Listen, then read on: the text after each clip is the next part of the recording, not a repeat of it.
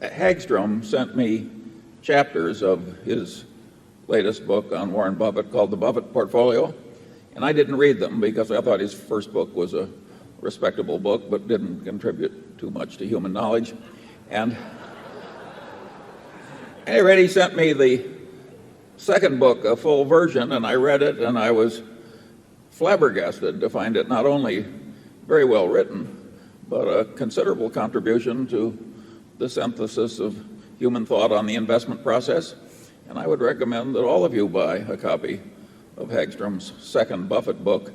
I noticed the airport was heavily promoting it, and it's called the Warren Buffett Portfolio. It doesn't pick any stocks for you, but it does illuminate how the investment process really works if you think about it rationally. Another book that I liked very much this year was Titan, the biography of the original John D. Rockefeller. That's one of the best business biographies I have ever read. It's a very interesting family story, too. That is just a wonderful, wonderful book, and I don't know anybody who's read it who hasn't enjoyed it. So I would certainly recommend that latest biography of John D. Rockefeller I.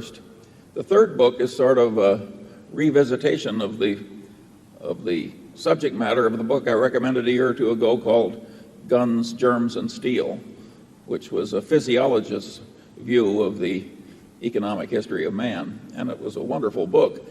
And much of that same territory has now been covered by an emeritus history professor from Harvard who just knows way more economics and science than is common for a history professor. And that gives him better insight. And his book is a takeoff in title on Adam Smith. And the title is The Wealth and Poverty of Nations. And the guy's name is Landis.